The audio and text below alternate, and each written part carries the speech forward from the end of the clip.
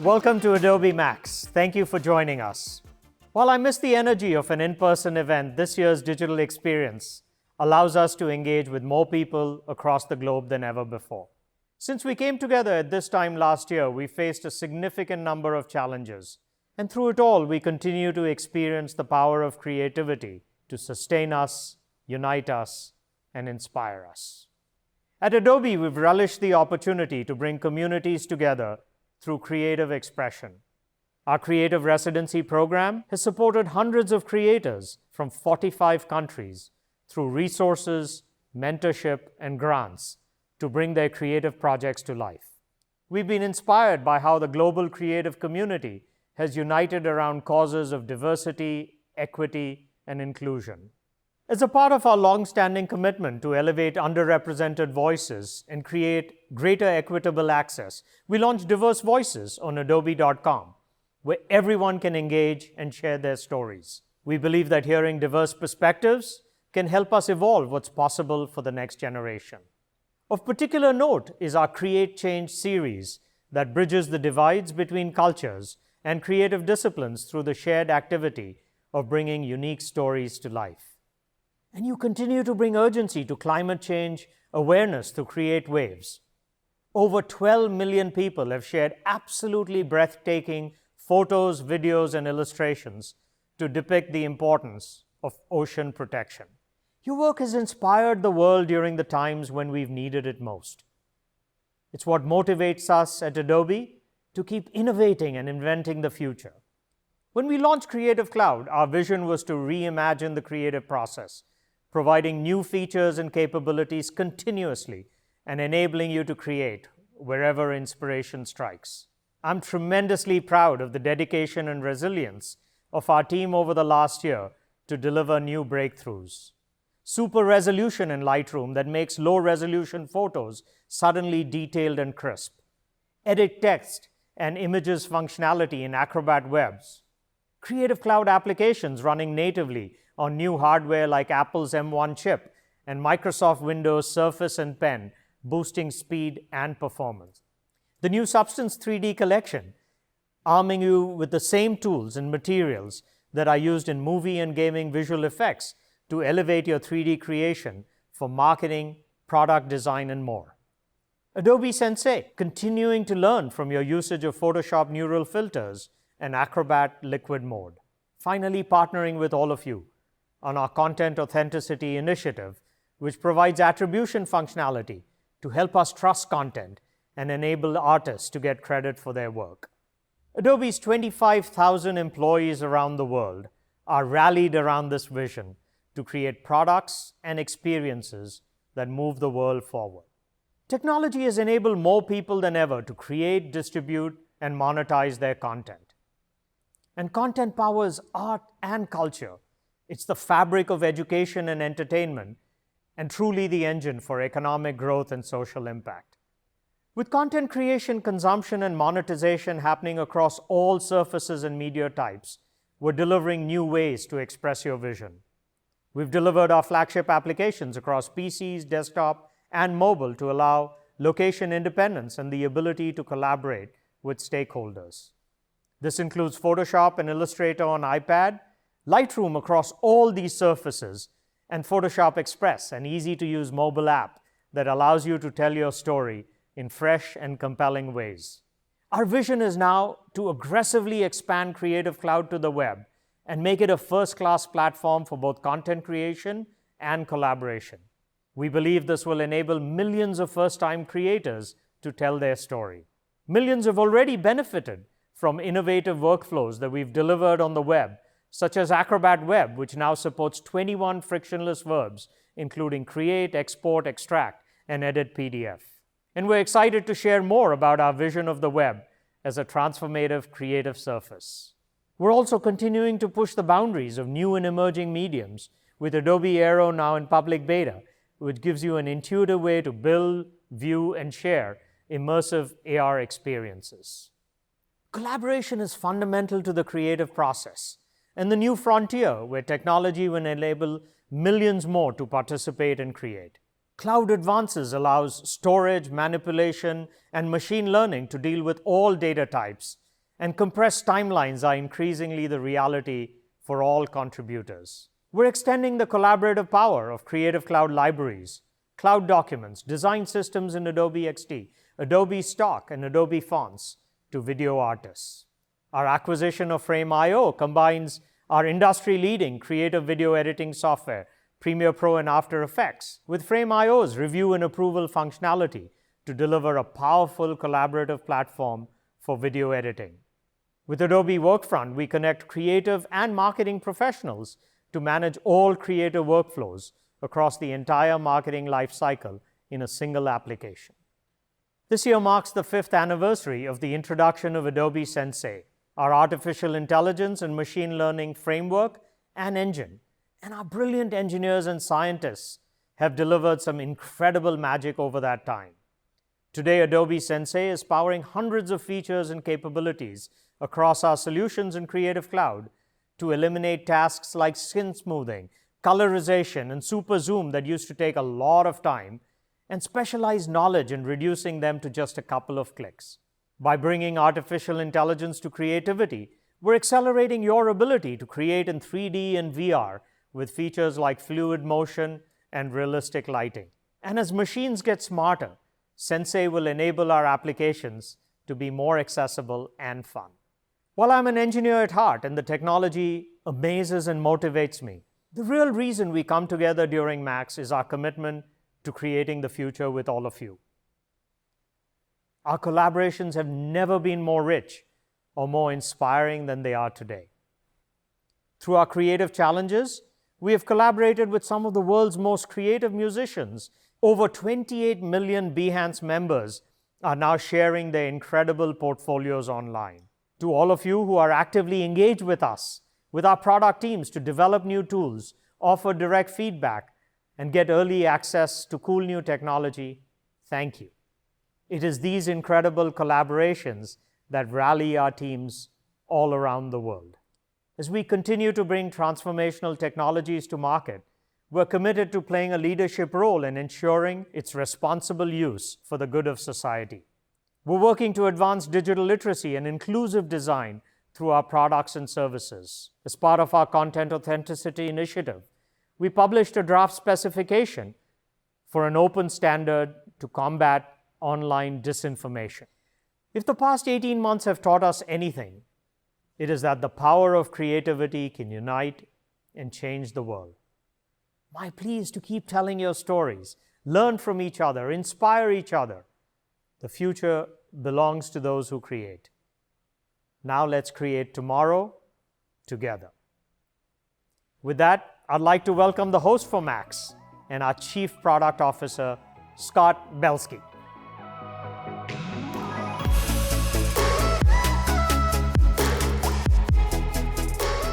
Thank you, Shantanu. Welcome, everyone, and thank you for joining us for Adobe MAX. Before we jump in, let me remind you that following today's keynote, the MAX team has curated sessions over the next 3 days that you are going to love. We'll have conversations with some of your favorite artists, like Oscar-winning director Chloe Zhao and actors Tilda Swinton and Bryan Cranston, along with workshops with leading designers, visual artists, and Adobe's own passionate experts and evangelists. Please explore the options and build your own schedule to make the most of it. Now let's face it, it has been quite a year since we last got together, filled with moments of both optimism and struggle. As I think about my own ups and downs this past year or so, I am struck by the role artists and their creations played in lifting my spirits and helping me cope. It's amazing how creativity helps us make sense of the world, keeps us inspired, and heals us when we need it most. It is fueled by emotion and suffering, but it yields healing and hope. Take, for example, the early 1500s, when Venice was emerging from an earlier wave of pandemic. A group of city elders constructed this magnificent building dedicated to San Rocco, the saint seen as a protector against plague. They commissioned Tintoretto to provide the paintings, masterpieces that ultimately set the course for the Renaissance as we know it. And in the centuries since, from the Renaissance to Picasso's Guernica, we see it again and again with the Japanese tsunami, the AIDS epidemic, and the ongoing fight for civil rights, all the way up to our current pandemic. Over and over, this cycle repeats itself. A period of despair spawns a creative rebirth. The art created reflects our suffering, but it also projects our hope. And this time is no different. A new renaissance of sorts is upon us right now. A resurgence of making in the form of creative side projects, artistic collaborations using new technologies, content-driven small businesses, and a deeply felt desire to take creative risk. At Adobe, we firmly believe that the coming years will be about renewal and reinvention for creative careers, for broken industries in need of reimagination, and for society at large. So let's all rise to this occasion together. And we at Adobe are honored to be on this journey with you. So our teams have spent much of the last year thinking about our responsibility to outfit you for this creative renaissance. The roadmap ahead for Creative Cloud is designed with 3 goals in mind. First, to really enable connected creativity. Second, to unleash creative potential. And third, to empower creative careers. Let's start out by imagining what's possible in a vastly more connected and collaborative era of creativity, where everything you make is in the cloud, accessible to anyone, where teams work together without version conflicts or bureaucracy, where any asset you need is always at your fingertips and up to date. Well, today marks a major inflection in the journey of Creative Cloud. We're making Creative Cloud as much about collaboration as it is about creativity. We're making Creative Cloud more accessible on the web, and we're incorporating Frame.io, the industry-leading cloud-native platform for collaborating on video production. I can't wait to share with you how Creative Cloud is advancing connected creativity later this morning. Okay, so let's talk about unleashing creative potential. Our teams across Creative Cloud, from imaging and photography to video and 3D, are innovating to help you create in ways you have never dreamed of.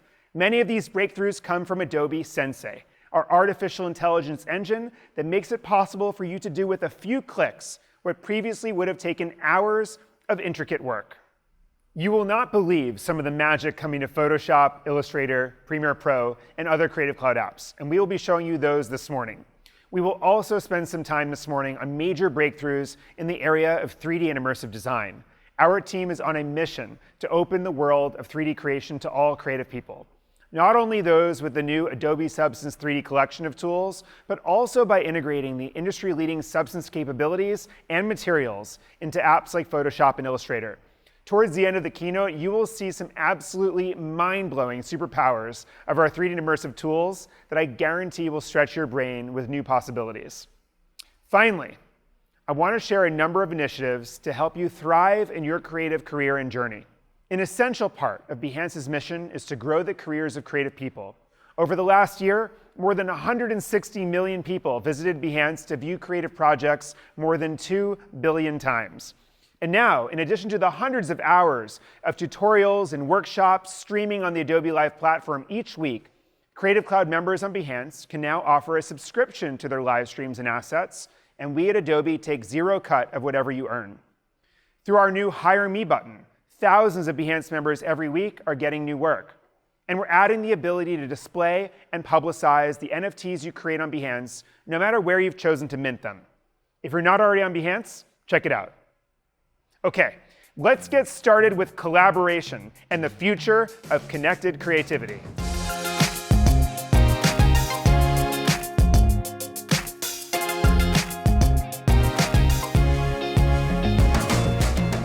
There's one ambition we all share. We want our creative work to have an impact. Now, it's tempting to think that impact springs solely from the creativity of our ideas, but that's only half the equation. Your impact as a creator is the product of your creativity and how organized you are. Creativity times organization equals impact. For decades, our teams at Adobe focused mostly on the creativity side of this equation. But as creativity becomes increasingly collaborative, more critical to every company's digital experience, and more complex, it's not enough for Creative Cloud to help you make a stunning composite or illustration. In the era of connected creativity, Creative Cloud must also function as your creative system, keeping you connected to everything and everyone you need to make a project successful. There are 3 pillars to creative organization: your assets, your apps, and your team. Let's start with your assets. The best way to keep them organized is with Creative Cloud libraries. Bria Alexander from our design team is here to share the very latest. Hi, I'm Bria Alexander from Adobe Design, and I am super excited to share some of the newest features and updates to Creative Cloud libraries. CC libraries are the central place to store all of your creative assets, color palettes, fonts, common illustrations, versions of your branded assets, and even audio files all live in harmony in CC libraries everywhere you need to access them. And this year, we've made it easier than ever for teams to work in libraries. First, we've introduced nested groups in libraries to make it easier to stay organized, create subgroups, and even subgroups for your subgroups to keep everything where it needs to be. Libraries have always been a great way to organize your own assets, and today we're introducing team libraries so you can share your collections with teams across your organization without limitations. Finally, I'm excited to give a sneak peek of versioning that will be available soon. View what your libraries look like in their past life with the time machine capabilities of versioning. Find old creative elements, rediscover previous states of your branded assets, and watch the evolution of your design system come together all over again. And all these features and more are available across Creative Cloud, including Creative Cloud Desktop and creative tools like Photoshop and Illustrator, as well as some of the most popular non-Adobe apps like Microsoft PowerPoint and Google Slides. Thanks, Bria. Now let's talk about your apps in the era of connected creativity. A truly connected creative application makes collaborating as easy and frictionless as creating. As we spend time with many of you watching your day-to-day work, two things became clear. First is the importance of cloud documents. With cloud documents, you can access your work across devices, make sense of changes with version control, and easily share a file with anyone you're working with. Second is the vital need for you and your collaborators to create together anywhere. Our teams embarked on a bold journey, starting with Photoshop, to unlock frictionless, creative collaboration. Get ready, folks. You are in good hands with the one and only Terry White, who, by the way, just celebrated 25 years helping the creative community learn how to use our products. Congrats. Thanks, Scott.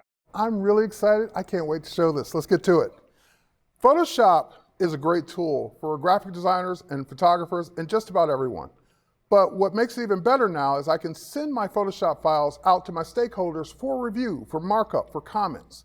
With the new Share To panel, I can just go ahead and click right here in Photoshop in the upper right corner, and I can get a public link. This way I can share it via email, Slack, social media, direct message, however I want. Now, if I head over to my web browser, you'll notice that the link loads in the browser. This is exactly what my clients would get. So they get the ability to see the information about the document, but best of all, they get a comments panel where they can go in and leave their comments. So for example, I can say, looks good. But if they want to get very specific, they can click on the pen tool. I can click right on the astronaut's face shield, and I can say something like, remove the reflections. Now, what if they need to do more than just dropping a pen? They want to illustrate something. So here's an actual pen tool, and they can draw right on the canvas. Flip over. Okay, these comments have been left, and they're tied and associated with the cloud document. That means they travel with the cloud document anywhere that it goes, whether it's Photoshop on desktop or even Photoshop on iPad. I can click right on the brand new comments panel. I'll see those comments come right in as they just did. So I can see not only the comment, but I actually see the markup right on the Photoshop document, which is awesome. But what if I actually need to share this file with someone who needs to work on it? I need to share it with another retoucher or another designer. Well, if I go back to the Share To menu, you'll notice that I have the option to also share this via email. So I can key in the person's email address, send it to them, and be very specific with the kind of link that they're going to get. And it will load into the same view that you saw before for the reviewers, but you'll notice in the upper right-hand corner, I've got a choice for Open In. And I'm very happy for the first time to give you a look at Photoshop Web Beta. This is an extension of Photoshop that allows users to do reviews, markup, and quick edits on the fly in the browser. So we can see some familiar tools on the left-hand side, especially if you've used Photoshop on the iPad. I see my cloud document front and center, ready to go. I see all my layers on the right-hand side, and I still have the comments panel. So as I click on or hover over the various comments, we can actually see them on the canvas. Now again, this is for doing quick edits. So let's get to it. I'll go ahead and move our astronaut over. Let's go ahead and pick her up. Let's move her over a little bit, and to address one of those comments, I'm going to do a little bit of a scale proportionally, of course, and let's do a flip over. And I want to remove those reflections. So I'll grab my content-aware spot healing brush, and I need to make my brush bigger. And without thinking about it, I just use my bracket keys just like I would in Photoshop on desktop. So we'll go ahead and remove those reflections quickly and easily. And again, this is great for doing these kind of quick edits. Next up, I'm going to grab my quick selection tool, and let's go ahead and make a quick selection of the face shield because I want to add a little bit of color to it. So we'll use our hue and saturation adjustment layer, and that way it's non-destructive, and I can make my adjustments just like that. Now again, all of these adjustments, everything I'm doing, all the layers I'm affecting are being saved as a cloud document. And best of all, if I need to do more, I can always open this in Photoshop on the desktop to get access to all the power of Photoshop, all my tools, all my filters, everything I would ever need. So that was a quick look at Photoshop on the web.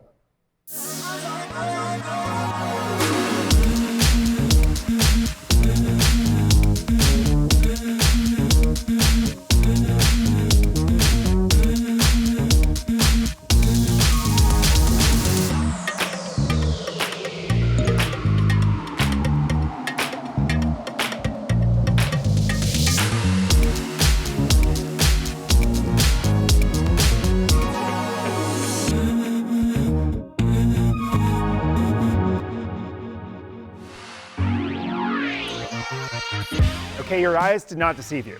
You can now access Photoshop files anywhere. You can give feedback and even make edits anywhere with a web browser. This opens so many possibilities. Now keep in mind, bringing 30 years of Photoshop features and code to a new platform like the web is a journey. But we are starting now. And starting today, we're extending Photoshop to the web in public beta. We'll be adding more capabilities over the coming months, guided by your feedback.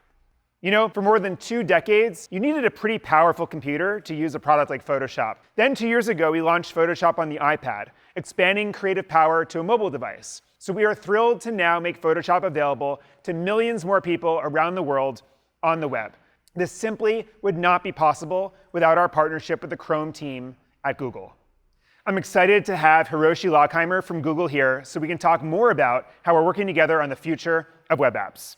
Hiroshi, thanks for joining us. So I know many people at Google have jumped in to help us extend Photoshop onto the Chrome browser, and this is an ongoing journey, and we really appreciate the help. So why are these efforts a priority for Google? Scott, first of all, thanks for having us, and thanks for the partnership. Really appreciate it. So this is so important because when you think about the evolution of the web, we've gone from pretty static news sites, web pages, things like that, to maybe cat videos, and then maybe it was slightly more dynamic applications. Remember the first time you used a map on the web, and it was dynamic and responsive. And now people want to create documents. They want to create things. And so an app like Photoshop is so important for the web. Now, with changes to web technology, processing power, and just generally the way software is developed these days, the scope of what people will be able to accomplish on the browser is really growing. What do you see as the future of web apps? Where are we going? Yeah, well, a number of things. We've added a lot of capabilities to the web, which you're now using, like WebGPU or WebAssembly. These things make it more performant. These very complicated things, complicated behind the scenes, but as a user, of course, you're just accomplishing more. And then also, sharing, I think, is such an intrinsic part of the web. Everything's a URL. Everything can be shared. And we think that could really change the workflow of how people use Photoshop. So a big part of our mission at Adobe is to bring creativity to all. How do you see the shift to web apps empowering all kinds of people around the world in new ways? Well, I think with the web, because the device you're using may not need to be as powerful as the thing that you're trying to accomplish. So I think there's a big sort of democratizing aspect to this, different capabilities in the hardware, but the web apps still work. Maybe you can do more things in the data center. So that opens up the possibilities. Also, the fact that you don't have to install an app, that takes away friction that I think a lot of people feel. So hopefully this really opens up Photoshop to so many more people. Well, we're excited to work with you, Hiroshi, and thanks again for joining us at Max. Okay, so we've discussed the first 2 pillars of connected creativity, your assets and your apps. Now let's talk about your team. Whether it is a big campaign, a new publication, or the end-to-end of a new product experience, how well your team is organized and aligned will determine your impact. In the old world of creativity, teams got organized using a printer, gallons of ink, and a wall. Teams printed out all the latest iteration of their work and posted it all up. And of course, these versions were outdated from the moment they were printed. Creative teams got aligned by walking around together with red pens and Post-it notes. That system worked, sort of. But the world has changed. Now, creative teams are frequently spread around the globe. There may be a handful of people working simultaneously on a single asset. And everyone from the C-suite to legal may want to review a project. Organization for creativity is in dire need of an upgrade. So we spent the last few years imagining a better way, a way that brings all of the content and people involved together with a shared context, and all without leaving your creative tools. We call these features Creative Cloud Spaces and Canvases. They are coming to Creative Cloud early next year, but we're going to give you a sneak peek right now. Here to demonstrate Creative Cloud collaboration in action is our Director of Product, Zorana G. Zorana, ready to show everyone what your team is working on? Yeah, let's do it. I'm working on my Microsoft Surface Pro here in the browser in a space. And a space is essentially a shared project that allows me to have all my content together as well as all my team members. Now we're working on this very Max campaign here, and I have content that really spreads across bitmap images as well as Adobe native files like PSD and AI files. And even here we have web links that link out to different resources that we're working with. At the top here we have libraries. I can go ahead and click into the library that you just saw Bree show, and you can see I have the font types, the brand assets, the colors, etc. Essentially, I have all the content together in a single place. Now, let me go ahead and add Brian here, Brian Yap, who's working on our social posts. And remember, as a member of the space, he has the ability to access all the content and get started quickly. And this is where I'm excited to introduce the new Creative Cloud Canvas. Here you can see Creative Cloud Canvases are essentially an infinite whiteboards that allows me to visualize all these assets, right, in a single place. You can see there's Photoshop content, Illustrator content, as well as projects that are in different phases, comments, stickers, whatnot, and essentially my entire team can stay aligned. I can, of course, access that shared project, the spaces that I was just in, and I can add any of the files here. Let's go ahead and add this PSD file. And the really cool thing about Adobe native files is that when I place them on Canvas, these are actually linked files, which means that they're always linked to the source. If they get updated, I'll get the updates here on the canvas, and I can always be assured that I have the latest and greatest. But if I want to access deeper editing tools, that's easy enough to do. I can just simply right-click on this and open this in Photoshop on web or the desktop. Now, if I don't have files in Creative Cloud, that's certainly not a problem. As you would expect, I can easily drag in any content from my local drive directly onto Canvas like so. All right, for this next part, what I want to do is actually carve out a little section here so that Brian can add his social posts. On the left-hand side here, you can see I have a bunch of everyday tooling. I can use this tooling to really lay out visually my content and organize things in a pleasing way. And really cool thing with fonts is that we've integrated with Adobe Fonts, so we have thousands of fonts to choose from, really important for different levels of expressivity. But for this particular part, I'm actually just going to duplicate this text layer. So let's go ahead and call this social posts. And the other thing I'm going to do is add a comment and let Brian know. Brian, please add your social post. All right. The really cool thing here about comments is that we have pins, and the pins can be associated with any object on Canvas. So when Brian joins, he'll know exactly where to go.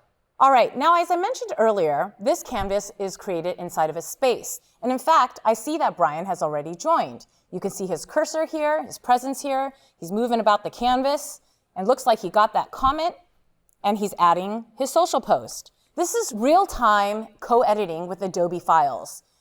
All right, things are looking pretty good here. Let's go ahead and let him know that I'm aligned with what the direction that he's moving. Drop in a sticker here. And again, this is all live, right? So he's going to get that comment and know that things are looking pretty good. Now, I'm looking at this a little bit closer. I'm realizing that he forgot to add one of the social posts that I want him to include. And another really great way is I can invoke a call.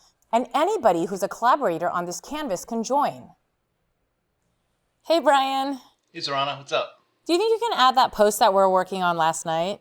Oh yeah, sure, no problem. I'll have it up for you in a second. Awesome, thank you, bye. All right, so while Brian is adding that, I can see that things are looking pretty good, and at this point, I think I'm ready to share this out with Scott, our stakeholder. All I need to do is click this copy link, and I can share that with Scott, And when he's ready, he can join, and he can be always assured that he has the latest and greatest. And that's the next generation of collaboration with Creative Cloud spaces and canvases for all creative teams. Thank you. Thank you, Zorana. So I hope it's now clear what we mean when we talk about the future of connected creativity. Your assets, images, fonts, brushes are always in sync and at your fingertips within Creative Cloud libraries. Your apps are able to save cloud documents that are accessible anywhere on desktop, mobile devices, and starting today in a browser with the extension of Photoshop to the web. And your team will be able to get organized and aligned with Creative Cloud spaces and canvases launching next year. As creative people, we make our greatest impact when we are connected and working together seamlessly.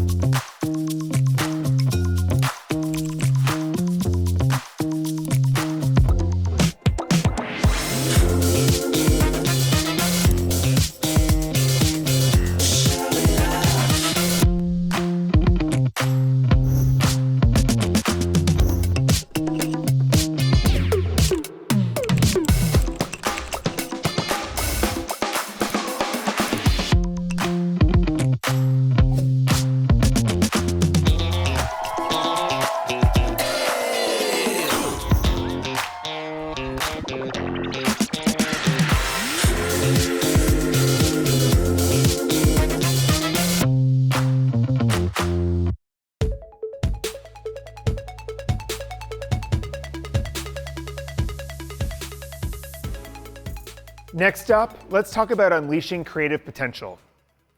We're excited to show you some of these many innovations throughout Creative Cloud. Let's start with finding great component parts like images, video footage, and audio tracks. This is where so many creative projects start and where we squander so much of our time. Shambhavi Kadam is here to show you how Adobe Stock is making it incredibly easy to find just the assets you need. Shambhavi. Hi, I'm Shambhavi Kadam from the Adobe Stock team. Today, I want to share with you what's new with Adobe Stock. Adobe Stock is the most comprehensive collection of high-quality creative assets, including photos, vectors, illustrations, templates, 3D assets, videos, and audio tracks. Today, we're launching some new AI-powered search features that make it easier to find the right videos and music for your projects. Now in searching for videos, you can filter by shot size or shot angle. We've also made it easier to find the perfect audio track for your project. Just upload an example song, and Stock will find results that are similar based on traits like genre, mood, and tempo. Our AI search tools can also be used to find similar images. Upload an image and search based on its color palette, composition, or content. You can even move and resize the objects in it. With almost 1 million free assets to choose from, it's easier than ever to start creating. Get started for free inside your favorite Creative Cloud apps or on stock.adobe.com. Thanks, Shambhavi. Now, you might have thought that bringing Photoshop to any web browser would be enough innovation for the year, but that's not how the Photoshop team rolls. So Terry White is returning to show you some amazing new ways we're using Adobe Sensei to make you more efficient and provide some new creative superpowers. After that, Jinjin Sun will join us to show some really cool new features for Fresco, including how to add motion to what you create. But we're going to start by hearing from members of the Photoshop community about how they've navigated the past year and their optimism for the year to come. This is my work, the butterfly. We look blurred. Is that normal? It's been the year that has taught me the most about getting in touch with myself and my community. I did a poster that I sold to raise money for bartenders directly and service people in my neighborhood. People seeing that drawing and being like, we will stay strong. I started streaming on Behance this year, and having a one-on-one connection with so many people is just a more friendly atmosphere than I think I've ever had. Everything is changing fast, and it's really important to read where the world is heading and see where you fit. We've started to think about what is our ownable story that we can create and have complete control over, rather than just create work for somebody else. I want to make sure that every day when I create, I'm changing a life, I'm inspiring someone. What I'm doing now is doing what I can with my unique skill set, my personality, in order to make the world a better place. I want to heal people with my artwork. What I try to do is to offer a little bit of peace, love, and positivity to people who need it. I think it is important for us to try to find levity in the worst situation. Nicole. I get this feeling of, like we can kind of take a moment to just, and to breathe, and to just be with ourselves and each other in a newer way.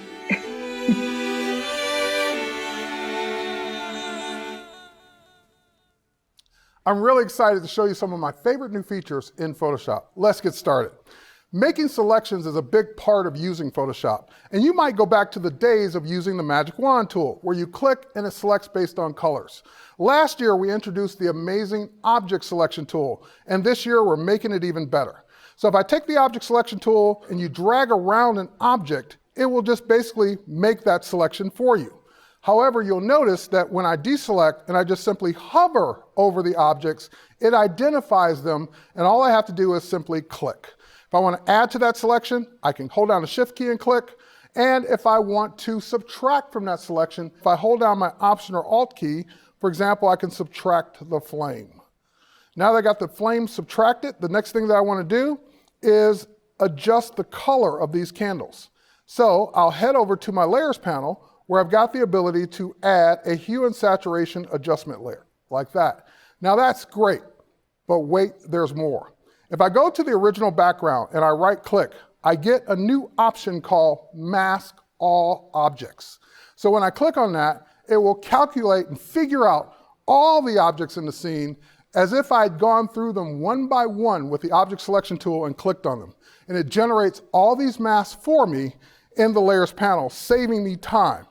And that's going to be a great addition for any Photoshop user, the new auto masking in the Object Selection tool. Next up, let's head over to one of my near and dear favorites for people that work with Illustrator. I've got an empty canvas here, and I've got an Illustrator file created by artist Victoria Pavlov, and you'll notice that she made lots of layers in this file. So I'll just drag my selection tool around everything, and I'll just do a copy. Now when I head over to Photoshop and I do a paste, I get something new. I get the option to bring it in as layers. So when I click OK, it brings over all my layers from Illustrator, nicely organized in layer groups. And if I go to, for example, the vase layer, and I go to my direct selection tool here in Photoshop and double click, I even get the ability to edit the vector shapes that it creates. So I don't have to go back to Illustrator to do it. So that's the new interoperability between Illustrator and Photoshop, which would be great for anyone doing design work between the two. Now, last year we made a big deal about AI-based neural filters. And this year we're taking it up a notch with not only new filters, but improvements as well. I've got this landscape that's kind of barren in the foreground. I wish it were a little more green. So if I go to my neural filters, I've got a new neural filter called Landscape Mixer. And when I click on Landscape Mixer, it gives me choices. I can use one of the preset photos, great. I can click on custom and use one of my own photos. And I even have season sliders at the bottom. So I see a nice green photo in the presets, I'll just click on it and it takes my photo and calculates and adds all that greenery into it. And that's great. But wait a minute, it's fall. I don't need it to be this summer look. Well, now I can just drag autumn over, I would say in the 30 to 40% range.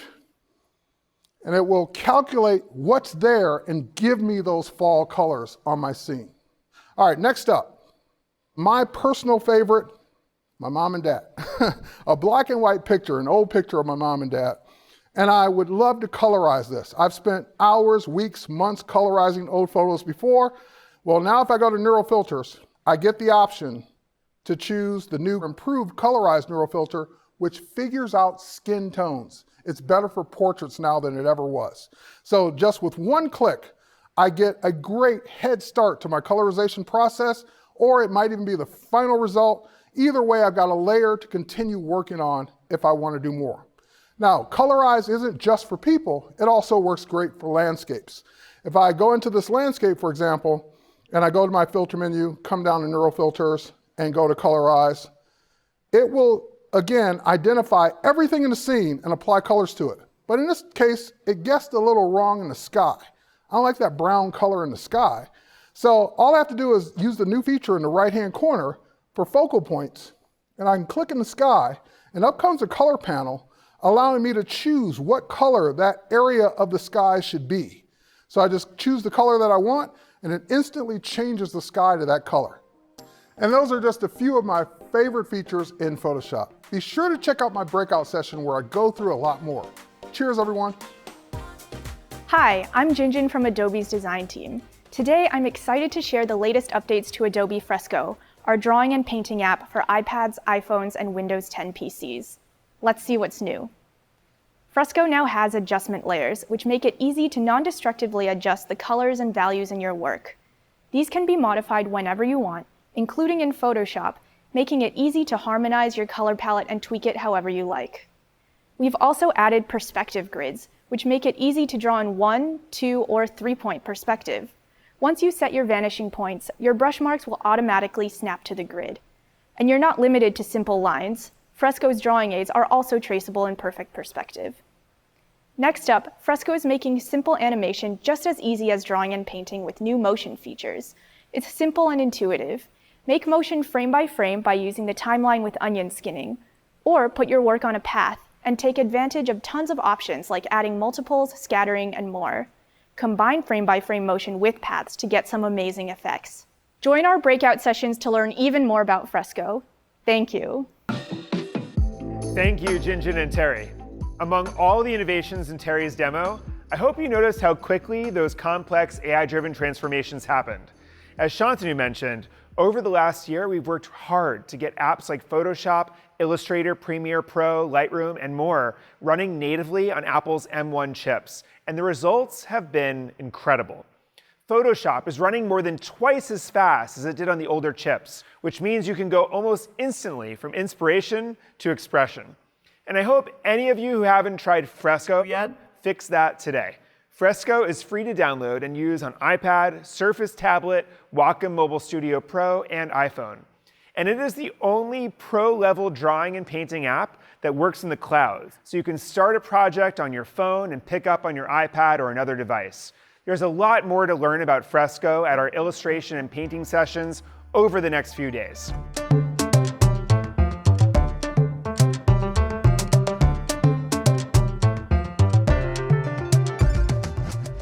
Okay, let's keep moving. Design is such a powerful force today. It shapes how we interact with nearly everything, from the apps we use, to the websites we visit, to the companies we do business with. From Accenture to T-Mobile to Carnegie Hall, more and more organizations are designing compelling experiences with Adobe XD, our free-to-use product for experience design and prototyping.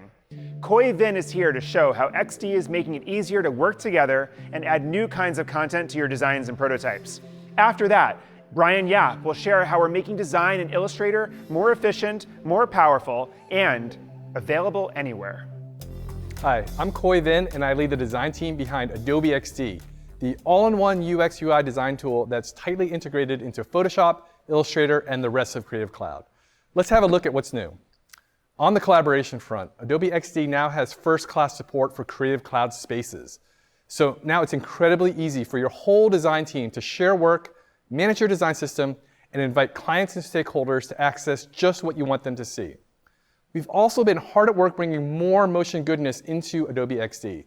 Starting today, you can now import Lottie animations, which means you can bring in a ton of great vector animations from the huge community of Lottie creators working with After Effects. And finally, video. You can now bring full motion video clips right into XD into your design. You can even add interactivity to these videos, making your designs even more dynamic than ever before. Those are just a few of the new features that we've added to XD, so check out our breakout sessions to learn lots more. And thank you. We're really excited to share with you some new and updated features in Illustrator. Now, starting with Illustrator on the iPad, I'm going to start off with the pencil tool. I'm going to turn the smoothing all the way up because I got a pretty shaky hand. And I'm just going to draw directly over my sketch. I can start and stop when I need to. And Illustrator really smooths out my line as I go.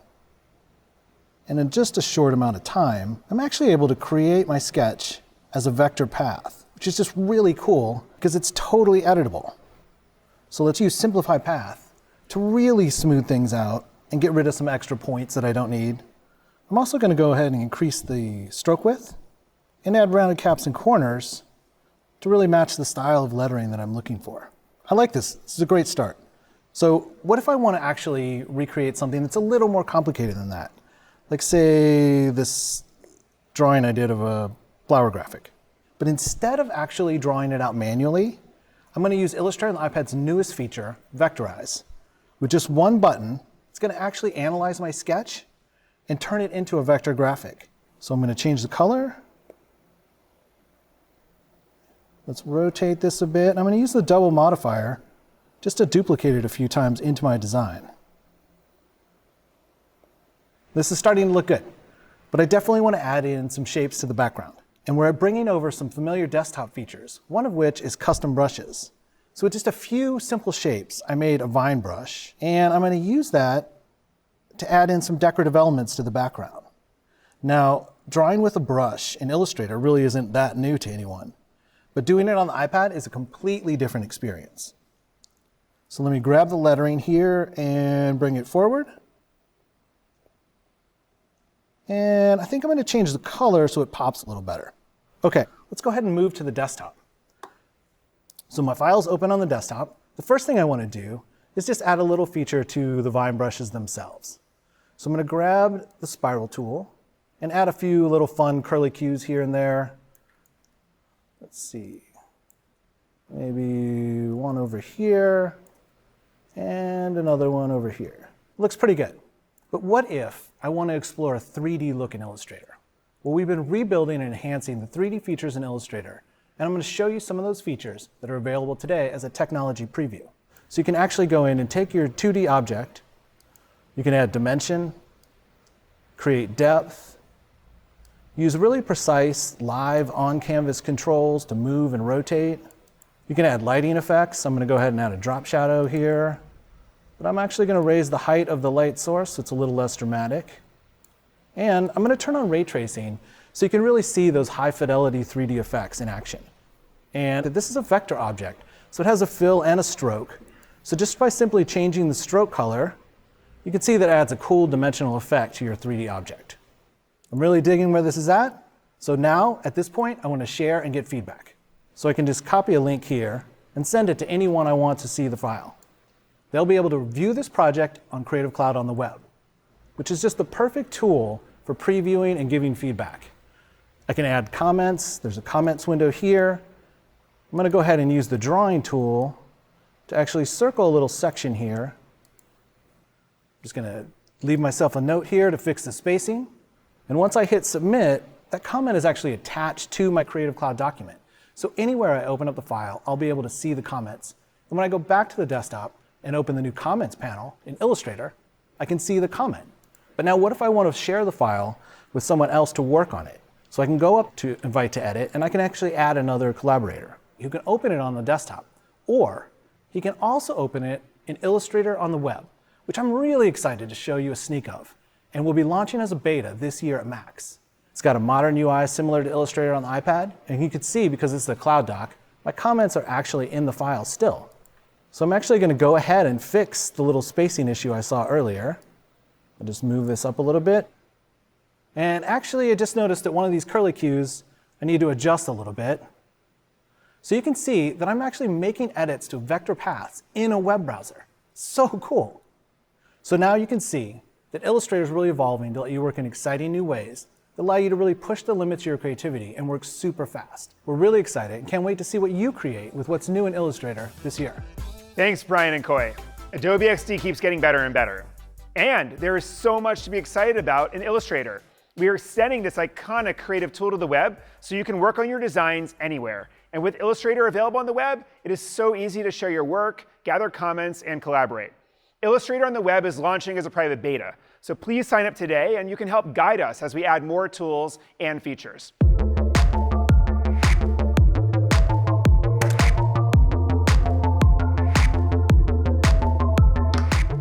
Okay, let's shift to perhaps the most ubiquitous form of creativity today, photography. Our smartphones have turned all of us into avid photographers, and now the challenge is to do more with every photograph we capture. Well, the rallying cry of the team that makes Lightroom, our cross-platform app for editing, organizing, and sharing your images, is to make all of us better photographers. We do this with the world's greatest editing suite, and with Sensei-powered tools that help you make sophisticated edits to specific parts of your image. And we do it by convening a community of photographers who share their expertise in ways that make it easy for you to apply what you learn to your own images. So let's start out by hearing from some of the members of our photography community, and then Brian O'Neill Hughes and Katrine Eisman will share with us the very latest in Lightroom. I don't know if you could hear. Get rid of this highlight, blah, blah, blah. Okay. It's been a struggle and it's kind of been like a roller coaster ride. For better or for worse, the pandemic has forced everyone to think about who you're creating for. I love it when people say you can't, this is impossible. That's when you trigger me to go and do something. As an artist, you allow people to escape. From our kitchen window is this building called the Big Pink. I spent the whole year photographing this building. It was a really wonderful and delightful way to process my feelings while still keeping my creative side. I invented a way to have a still photograph where the only thing changing or evolving is the light. The positive emotions that have lasted the longest have come from when I've been able to impact someone else's life. Last year really made it apparent that silence is not an option anymore.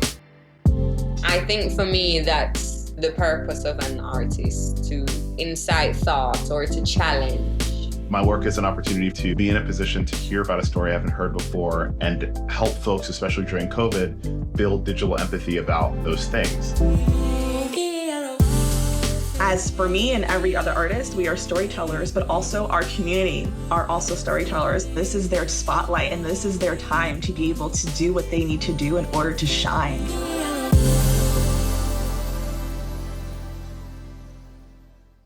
Lightroom is a complete photography system, one that allows you to access, edit, and share images on any device.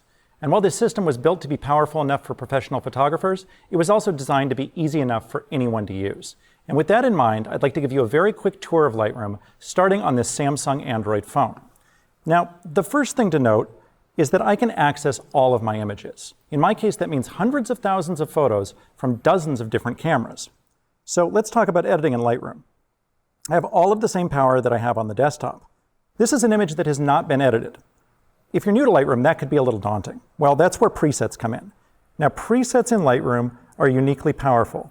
They're tuned for different skin types and all different creative intents. And if I don't know what preset I want, Lightroom can even recommend presets based upon the content of my image. Now, in my case, I do know the preset that I want, so I'll navigate to that and apply it. As with any preset, the image has dramatically changed. Now, if we look closely at the base of my screen, we'll see a few dots that show that Lightroom has made changes to those areas. I can, of course, come in and override those, make it a bit warmer, add a bit of a tint. Come into the effects where I see that Lightroom has added some clarity. Let's add a whole bunch more. In fact, let's go off on our own and add a bit of a vignette. So very quickly, without understanding much at all about how Lightroom works, we can transform the image from this to this. That looks great. Now, part of what makes this system so powerful is that anything I do on one device is synced with other devices. So at this point, let's move from the phone over to the desktop, to my M1 Mac, and we'll take a look at those same images there. Okay, so here we are on the desktop. And same images, same previews, including the one that I just edited. The preview looks great. The edits are just as I left them. I could continue building upon these edits, but at this point what I'd like to do is share this image. In fact, with Lightroom I can do much more than just send a link. So let's come in here to share, and I'm going to invite my friend and colleague, Katrine Eisman, and I'm not just going to let her view these, I'm going to let her contribute her own images and edit as well. So at this point, I'll hand over my edits to Katrine, who's going to pick up on those and show you what's brand new in Lightroom this year. Thanks, Brian. I really enjoy using shared albums with my family, my friends, and of course my colleagues. And I really like what you've done with this image. The mood, the color is really beautiful, but I want to feel as if I'm standing there. And one way to accomplish that is with a tighter crop. So I'm going to come in and I'm just going to crop in a little bit, scooch that over. That looks better. I feel like I'm really there. Now, as Brian mentioned, everything we do in Lightroom is non-destructive, and I can even create a named version that Brian can take a look at and undo or actually recrop the image because the entire image is still there. And now, I want to take a moment to show you the new feature I am so excited about, and that is Lightroom masking. And here's a great example. As a landscape photographer, I often want to darken down the skies. Well, up until today, I would take a linear gradient, drag it across the horizon, darken down the sky, and get really upset that the top of the mountain also got darker.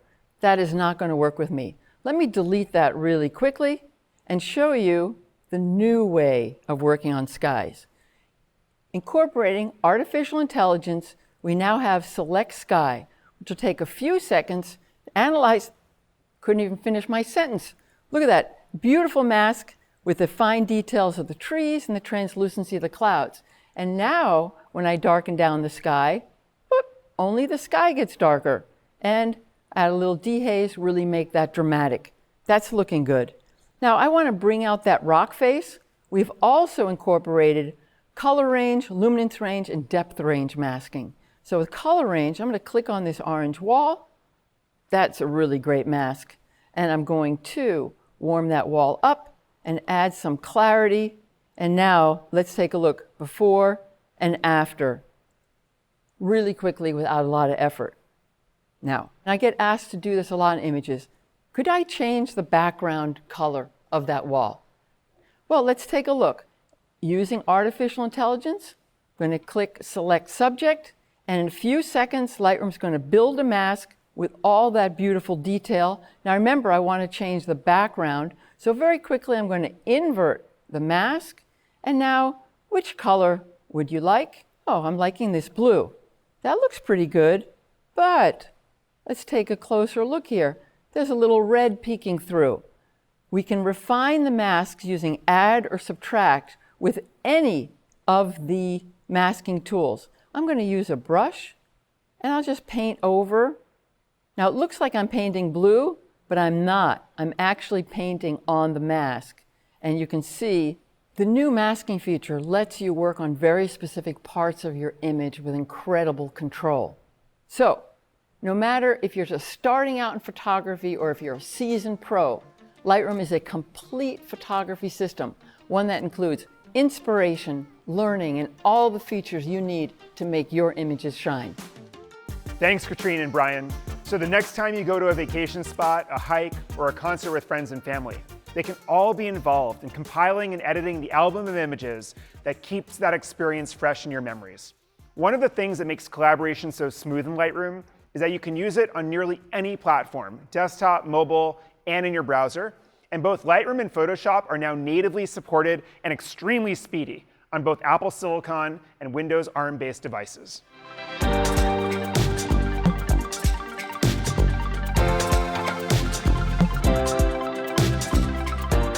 Okay, let's talk about how we tell stories.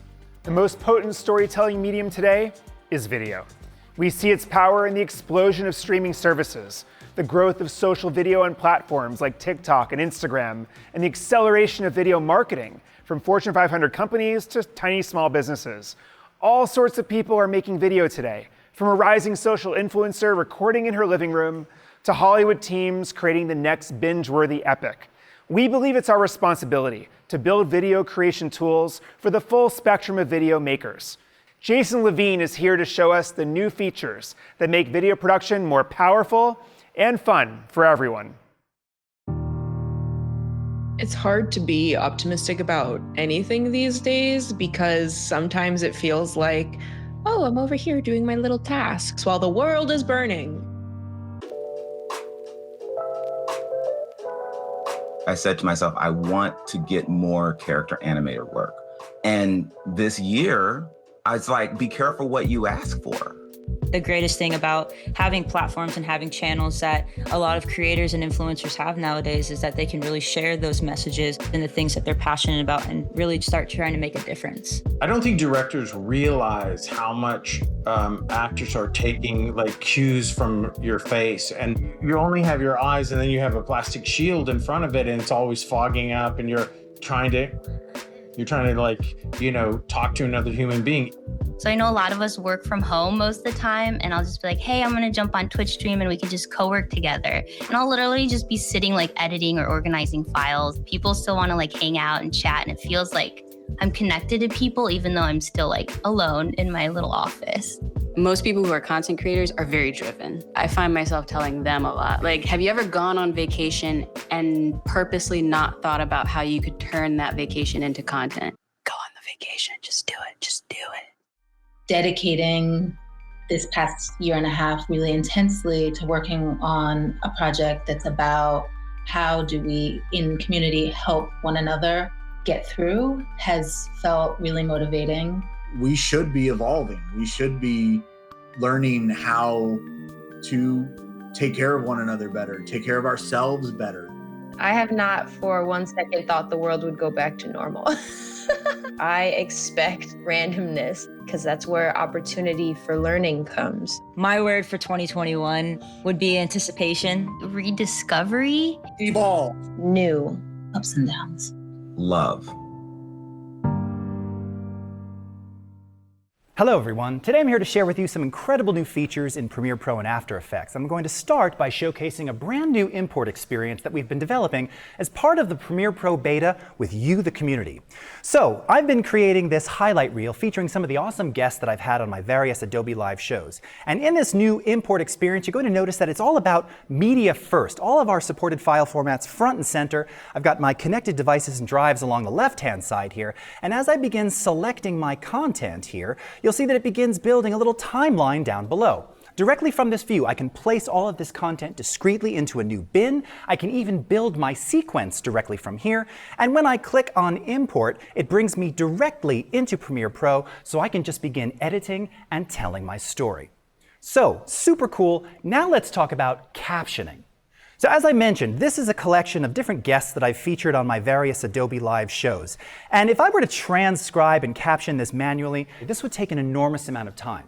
Let's instead use speech to text and the incredible power of auto transcription to do this for us. So directly from within the text panel, I'm simply going to click on Create Transcription.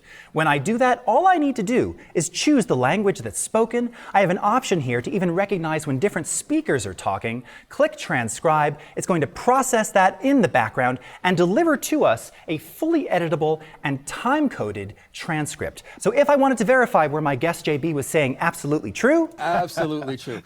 or where my guest Aaron was saying something about design, They can tell you. just like that, I can navigate to those individual words, make those changes, finesse this, and get it perfect so that when I'm ready to create my captions, directly from this panel, I click on Create Captions. Once again, it processes in the background. Check it out. Hi everyone, Jason Levine here. So I thought it would be cool to... Yes! Okay, so now I want to customize these. I don't want my captions to look like everyone else's. I want to use my branded captions. Well, you can do this easily with the Essential Graphics panel. So I'm simply going to highlight this caption block here, go into Essential Graphics, where we can do virtually anything to this that we have here in Essential Graphics. I can change the font. I can change the fill color. Maybe we want to move to something like a pale yellow, something like this. I can add a background bounding box. I can add a drop shadow. I can even use customized track styles that I've built in other projects to, again, bring my brand consistency and look to my captions here. And there simply has never been a better way to transcribe and caption your content to give it the greatest access regardless of where people are watching it. Let's talk motion graphics. You can't have a video these days without some kind of motion graphics. So I've been compiling a series of different graphical elements, including things like lower thirds, which you can see here, some of these provided by Adobe stock, a couple of different transitional elements. I even managed to acquire the original Adobe Live intro, which was created by the awesome designers at Oddfellows. Now, of course, I would need to render all of this out and bring it back into my Premiere Pro project. And this is where really we spend an enormous amount of time. This is why I'm so excited to tell you that today we are introducing multi-frame rendering in After Effects. Multi-frame rendering accelerates every part of your production process, and in many cases up to 3 times faster than before. With speculative preview, as you can see here, it begins rendering in the background as you continue to work on other parts of the design. If you pay attention to the bottom left here, this is what we call the composition profiler, which graphically displays individual layer render times as well as effects renders within a layer. The redesigned render queue now gives you more graphical information, including showcasing how many frames are rendering simultaneously, and you now even have the option to send notifications directly to your mobile device when the renders are done. So once the renders are done, now it's time to share out for commenting and review. And as some of you already know, we have recently welcomed Frame.io to the Adobe family. With Frame.io, it's incredibly easy to share your content directly from within Premiere to anyone. They can then open that content in a browser. They don't have to have Premiere, and they can start marking it up and making comments, like the ones that my friend Serge made here. Okay, I need to check the lighting there. Here he actually did a little markup and is verifying what type of synth that is. But here's the amazing thing.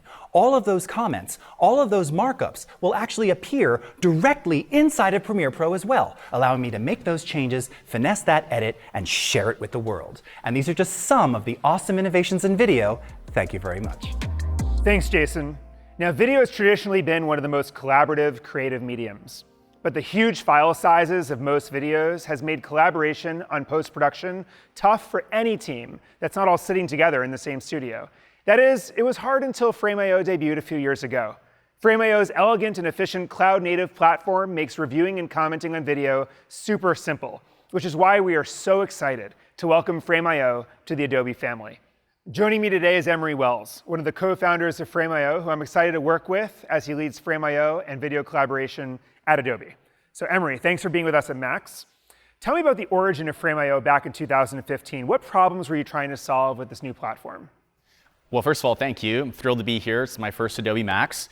So back in 2015, my co-founder and I actually started building Frame.io as an internal tool at my previous company. So I owned a post-production company, and I had been in post-production for over a decade. So we started building Frame.io really just to solve the problems that we were having, collaborating with our clients, collaborating with each other. We realized that we weren't the only ones that were having these challenges. Really, everyone that made video was having the exact same challenges, and now here we are. Well, I've been a huge fan of Frame.io for quite some time. I've always loved the product, but also when we talk to customers of ours that use the product, it's just their love for the detail and the precision and just the elegance of it really struck us. So can you talk to us a little bit about where you see all this going? What do you see for the future of Frame.io? So over the next couple of months, we have some exciting updates. We have a major security update coming before the end of the year. We have customers that are depending on Frame.io to keep their content secure, and so we're adding DRM to a host of other security features that we have, like Watermark ID that we launched last year.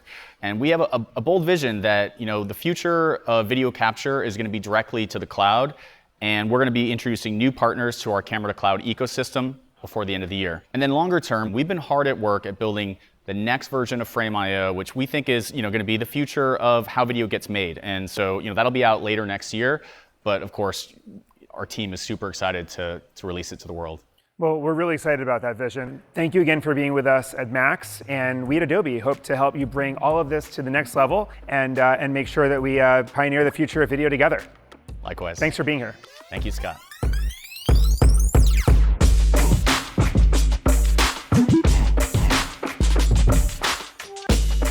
Hi, I'm Minu from the Adobe Acrobat team, and today I'm here to share with you some exciting new features in the latest version of Acrobat. At the center of it all, we have PDF, the digital document standard. Acrobat makes it super easy to create and share PDFs, whether from a single document or by combining multiple documents from different sources. Now, like most of you, I'm not always at my desktop. With the expanded capabilities of Acrobat on mobile, you can truly work wherever you are. Fill in forms, scan paper documents with your camera, and even sign right from your mobile device. Next, we have PDF services, which brings Acrobat straight to your browser. Start online reviews, invite others to comment, and create shareable PDFs from your favorite productivity apps like Microsoft 365, G Suite, and Dropbox. And finally, earlier this year, we introduced Acrobat's new Liquid Mode, which makes reading PDFs on mobile easier with automatic text resizing, improved navigation, and better searchability. If you work with documents like we all do, be sure to join us in our breakout sessions to learn more about the power of Adobe Acrobat.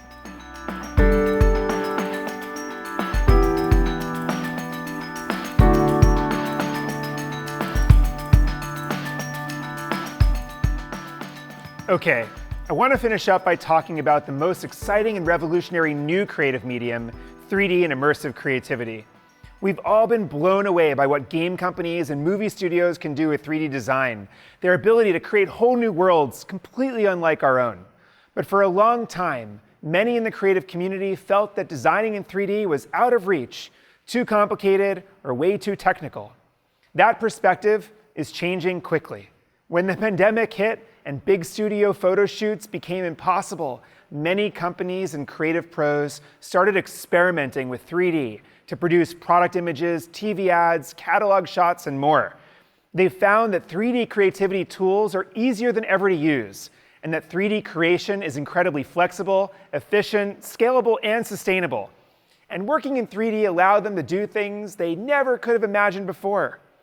We believe so strongly in the importance of 3D creation that we brought the team who created Substance, the industry-leading 3D material and texture engine, into Adobe.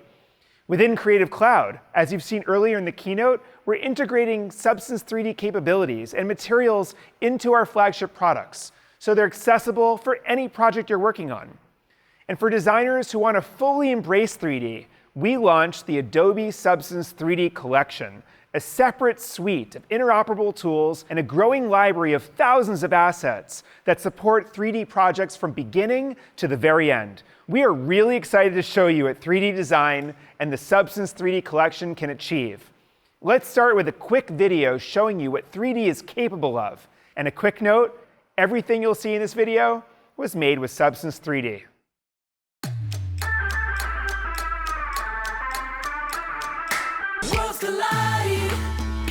We got fire in our souls. We got vibe inside our bones. It's alive.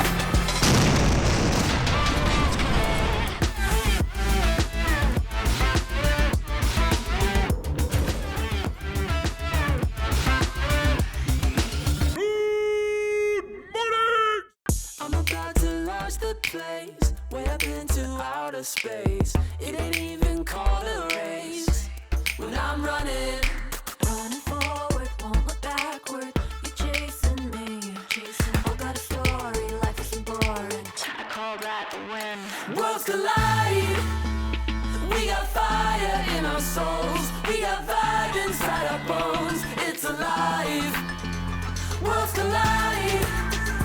We got swagger in our hearts. All this movement that we brought. It's alive.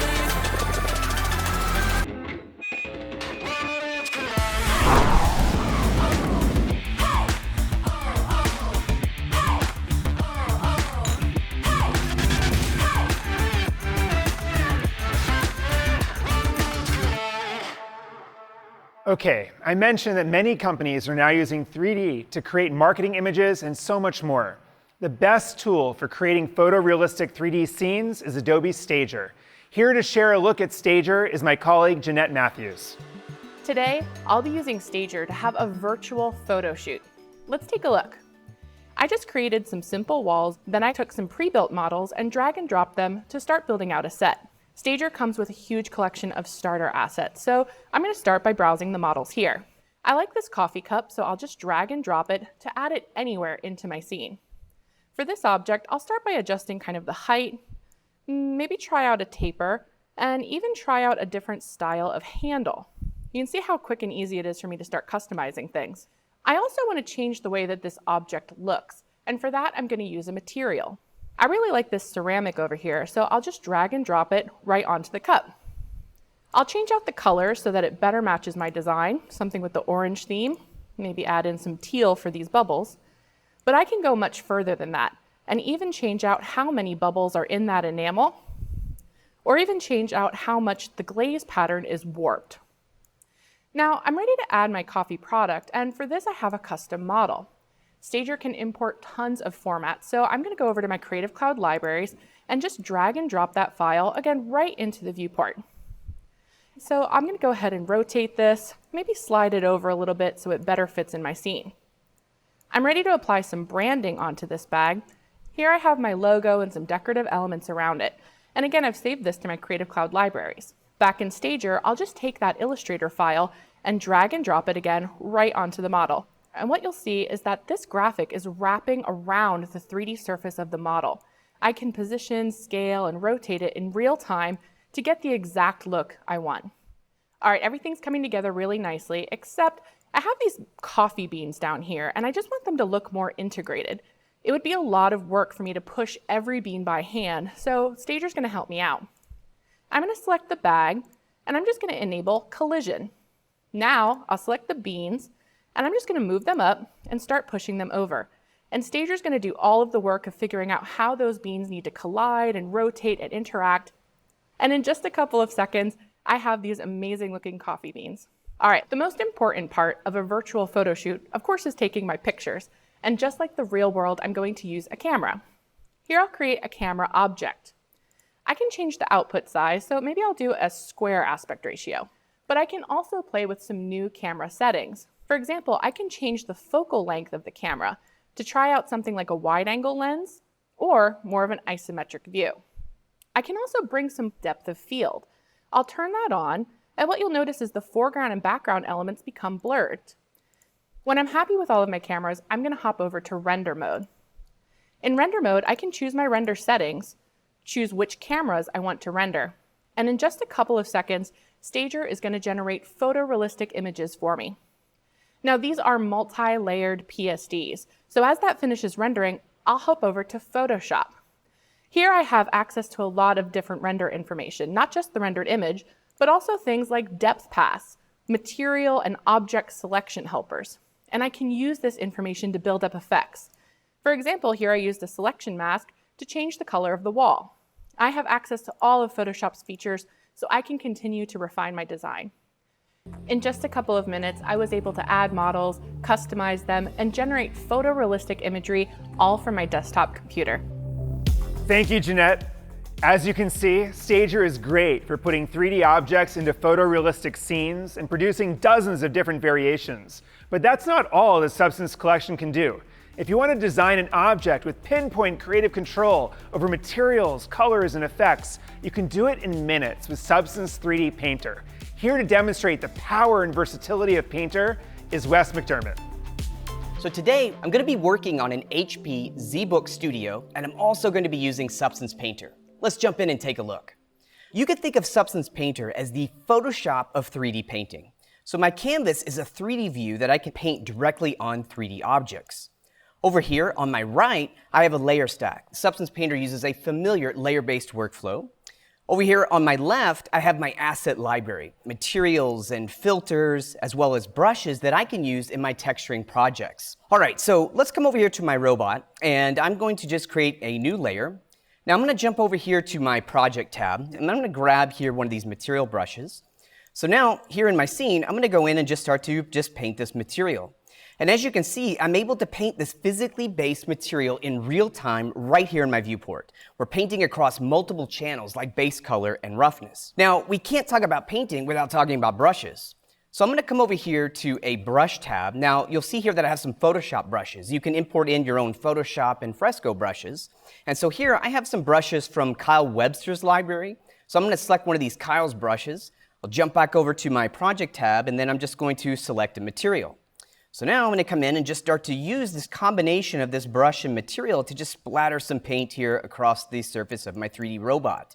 Now, with Photoshop, you're used to using filters to create effects, and we can do that here in Substance Painter as well. So I'm going to come over to my materials, and I'm going to grab this steel stain material. I can just left click and simply drag and drop it right here into my layer stack. You'll see that that renders this metal material right here in my viewport. Now I'm going to grab one of my masking effects. I'm going to grab this one called Metal Edgeware. I can just simply drag and drop it right here onto the layer group, and just like that, we start to get this nice effect. Now, just like a filter in Photoshop, I can adjust some of these sliders here to dial this effect up and down and get this looking exactly like I want. And now let's talk about painting some details. I have this brush that I created. Now this has just been created from the assets that we ship in Substance Painter. I'm going to grab this panel and then I can just stamp this right here onto the front of the robot to create this panel. Now what's really cool about this is you'll see that all of the effects and layers that I've been working with here in my layer stack, they can interact with this new paint stamp. So you'll notice that my Metal Edgeware just kind of comes along for the ride. Now I'm going to paint some additional details, so I'm going to enable symmetry mode, so as I paint on one side, it's going to update on the other, and I'm just going to grab just another one of these little hard surface assets, and then I'll just stamp this detail down here as well. Okay, so the robot's looking pretty cool and interesting, and so now what I'd like to do is kind of shift gears and talk about a pretty advanced feature of Substance Painter called Smart Materials. So a smart material is simply just a collection of layers and effects. You can think of it like a smart object in Photoshop. So let's check this out. I'm going to grab this particle brush here, and what this is going to do, let me activate my symmetry. This is actually going to let me paint with a particle simulation. As the particles hit the surface of the 3D model, they're going to leave behind a paint stroke. So here you can see that I'm actually creating this really nice and interesting organic kind of effect here for this rust material, which again is being built from that smart material that I created. So now what I'd like to do is shift gears once again and concentrate here on the face area. So I'm just going to select here this texture set for my display. And I can take this Photoshop graphic, and we're just going to drag and drop this graphic here on the base color and the emissive. And here you can see we've applied that graphic. Now I have this transform here that I can actually use to adjust or reposition this Photoshop graphic right here in 3D space. All right, so now my robot is completely textured. So I'm going to come over here to File, and I'm going to choose to send this to Substance 3D Stager, where I can then continue to add various post effects, do some color grading, and so on. So what you've seen here today is just a quick look at the power of Substance Painter. There is so much more to discover, and I highly encourage you to jump in and check it out. We can't wait to see what you create. Back to you, Scott. Wow, Wes, that was incredible stuff. It kind of blows you away what's possible in just a few minutes with the Substance tools. The Substance 3D collection, which includes Stager, Painter, and other 3D tools and materials, is available now, so please check it out. As I said earlier, we believe strongly that 3D will be a huge force in the future of creativity. And because of that belief, we've also made Substance 3D Collection available for free to millions of higher education students around the world so they can develop their 3D design skills.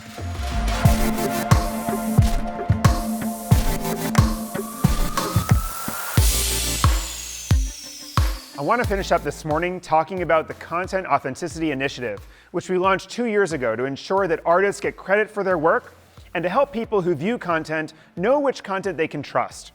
I'm proud to say that starting today, anyone can turn on content credentials in Photoshop and ensure that they get credit for their work by securely attaching attribution data to the project that they're working on. The Content Authenticity Initiative is open source, and we have a growing number of partners to help us bring more attribution and trust to media. There are lots of reasons why getting credit for your work is important. One reason that's emerged recently is the growth of NFTs, or non-fungible tokens. For those of you that haven't been following this wild, wild west, many artists are using NFTs to access a whole new marketplace of collectors for their digital work. And unfortunately, some artists have seen their work copied and minted by somebody else, with no benefit or attribution to the original artist. Well, we want to help solve this through the work of the Content Authenticity Initiative. We are working with a number of NFT marketplaces, including OpenSea, SuperRare, Known Origin, and Rarible, to ensure that when a project made in a tool like Photoshop includes content credentials, that information is displayed with any related NFT. This gives collectors and marketplaces valuable information about the true creator of a work of art.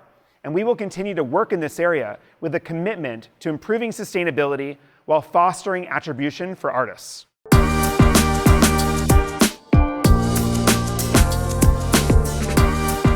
Okay, we're about to wrap up. I know we hit you with a lot this morning. That's because there is so much to explore in the new release of Creative Cloud. We are enabling connected creativity by connecting your assets, your apps, and your team. For the first time ever, we're bringing two of the most popular creative tools on the planet, Photoshop and Illustrator, to the world's most powerful collaborative platform, the web. And early next year, we'll debut Creative Cloud Spaces and Canvases, the most efficient and powerful way to share every part of a creative project with everyone involved.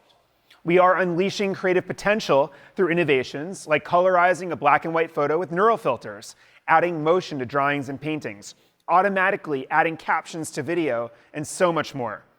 We are also ushering in a new generation of 3D and immersive creativity with the Adobe Substance 3D collection of tools and assets. Finally, we are empowering creative careers. On Behance, we're helping creative people learn new techniques, find inspiration in practical tools, and connect with the people who value what they do. But all that is not even close to everything that's launching in Creative Cloud today. Let's take a quick look at some of the hundreds of new features and updates you'll find in today's release. And then it went like 1, 2, 3, 4.